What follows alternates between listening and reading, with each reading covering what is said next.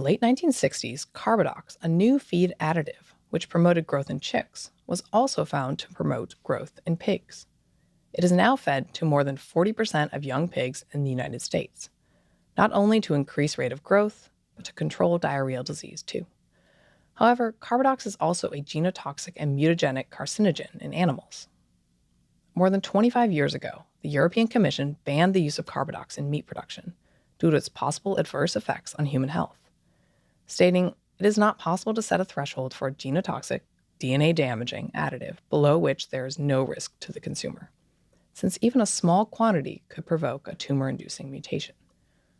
Other countries followed. Canada halted its sale more than 20 years ago, and the Food and Agriculture Organization and World Health Organization Joint Committee on Food Additives decided there is no acceptable intake amount. So why is a drug banned in many countries still being fed to pigs in the United States?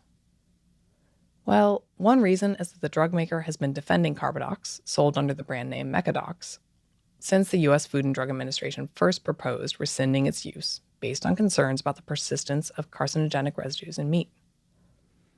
And no surprise, the national pork producers opposed the FDA's proposal to ban it, likely because, just as the drug company's marketing brochure says, bottom line, Mecadox can help you market more pork and make them more money. We're talking about more than $20 million a year, with sales continuing to increase. The pork industry claims that removing Carbadox would inevitably increase use of other antibiotics and the likelihood of antimicrobial resistance. If it really cared about antibiotic resistance, maybe pork producers would stop feeding millions of pounds of medically important antibiotics to pigs every year in the United States. And Carbadox can actually activate dormant viruses that can transfer antibiotic-resistant genes among bacteria.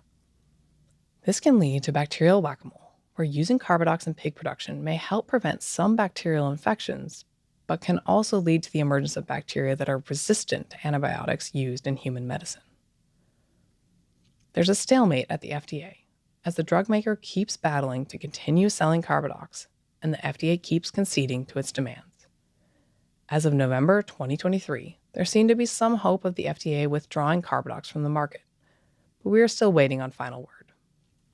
In the meantime, Carbadox, with its 97.9% likelihood of causing cancer in humans, is still banned in many countries around the world, and it's still being fed to pigs bound for the supermarket in the United States.